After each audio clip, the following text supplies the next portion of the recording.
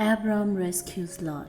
At the time when Amraphel was king of Shinar, Arioch king of Elasar, Kedorlaomer king of Elam, and Tidal king of Goyim. These kings went to war against Bera king of Sodom, Birsha king of Gomorrah, Sinab king of Admah, Shemeber king of Jeboim, and the king of Bela, that is Jor.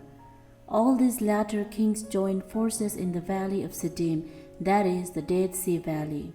For 12 years they had been subject to Kedorlaomer, but in the 13th year they rebelled. In the 14th year, Kedorlaomer and the kings allied with him went out and defeated the Rephites in Ashtaroth Karnaim, the Jujites in Ham, the Emites in Shaveh Kiriathaim, and the Horites in the hill country of Sher, as far as El-Paran near the desert. Then they turned back and went to En-Mishpat, that is Kadesh, and they conquered the whole territory of Amalekites as well as the Amorites who were living in Hazazon Tamar.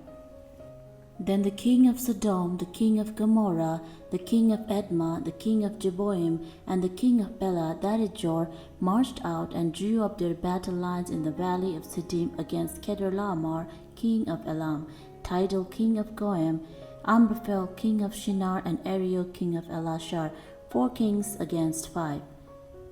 Now the valley of Siddim was full of tar pits, and when the kings of Sodom and Gomorrah fled, some of men fell into them, and the rest fled to the hills. The 4 kings seized all the goods of Sodom and Gomorrah and all their food, then they went away. They also carried off Abram's nephew Lot and his possessions, since he was living in Sodom. A man who had escaped came and reported this to Abram the Hebrew. Now Abram was living near the great trees of Mamre the Amorite, a brother of Eshcol and Aner, all of whom were allied with Abram. When Abram heard that his relative had been taken captive, he called out the 318 trained men born in his household and went in pursuit as far as Dan.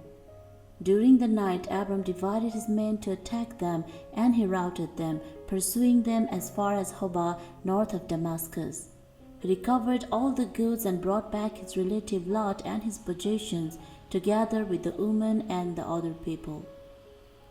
After Abram returned from defeating Kedorlaomer and the kings allied with him, the king of Sodom came out to meet him in the valley of Saveh, that is the king's valley. Then Melchizedek, king of Salem, brought out bread and wine. He was priest of God Most High, and he blessed Abram, saying, Blessed be Abram by God Most High, Creator of heaven and earth, and praise be to God Most High, who delivered your enemies into your hand. Then Abram gave him 1/10 of everything. The king of Sodom said to Abram, Give me the people and keep the goods for yourself.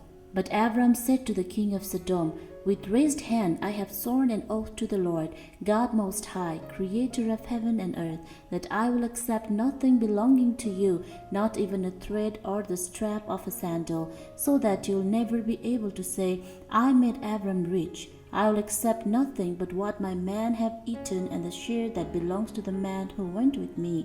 To Aner, Eshcol, and Mamre, let them have their share.